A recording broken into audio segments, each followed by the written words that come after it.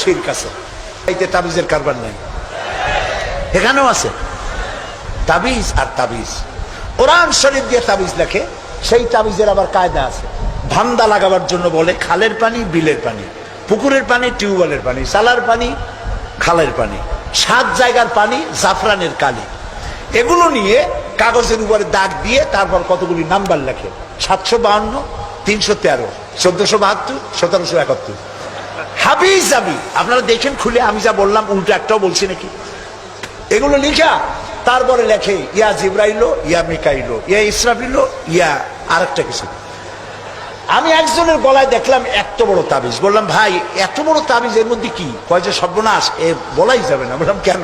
কয় যে আমার ক্ষতি হবে। কিচ্ছু হবে না ভাই, খোলো তো একটু দেখি। তারপরে তাবিজটা খুললাম, মোমটম ছাড়াইয়া তাবিজ দেখলাম যে ওইভাবে দাগ দাগ দেওয়া, আর চতুর্দিকে লেখা ইয়া বধু হো, ইয়া বধু হো। তা আমি বললাম ভাই এই তাবিজ দেখছে কে? বললো মসজিদের ইমাম সাহেব। ডাকে ইমাম সাহেব আসলাম, বলল ভাই ইমাম সাহেব এই তাবিজ আপনি লিখছেন? কয় হ্যাঁ। তা আমি বললাম ভাই বধু হো কি? কয় হুজুর আমি নিজেও বুঝি না বধু হো কি।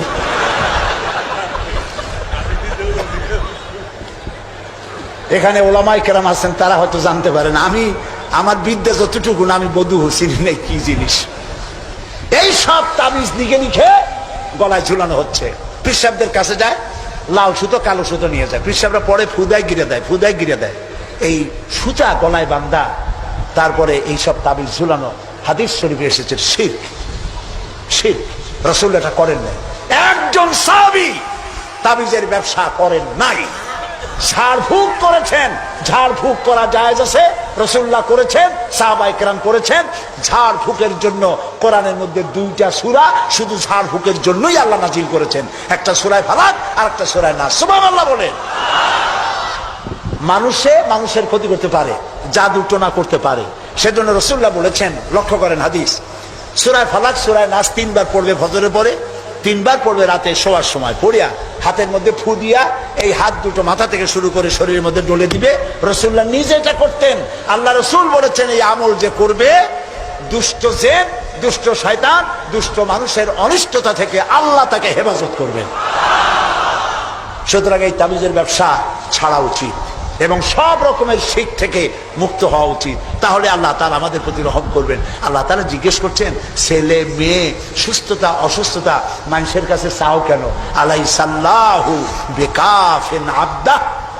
আবার শোনেন, কে বলতেছেন কথা? আলাইসাল্লাহু বিকাফিন আবদা। আমি আল্লাহ, আমি কি আমার বান্দার জন্য যথেষ্ট নই? আপনারা বলেন অবশ্যই যথেষ্ট। চিল্লায় বলেন অবশ্যই যথেষ্ট। আল্লাহ তাআলা যদি যথেষ্ট হন, তাহলে আমরা শিরকের কাছে কেন যাব? আল্লাহ কি পছন্দ করলেন দেখেন। আল্লাহ তাআলা পছন্দ করে লোকমানের কথা উঠাই দিলেন যে শিরক করব না, শিরক হলো মস্ত বড় জুলুম। এই শিরকের কথা একটি আয়াত পড়ে শেষ করে দেই। আমরা কি আল্লাহর সাথে দেখা করতে চাই? বলেন। এটা তো খুব খারাপ কথা হলো।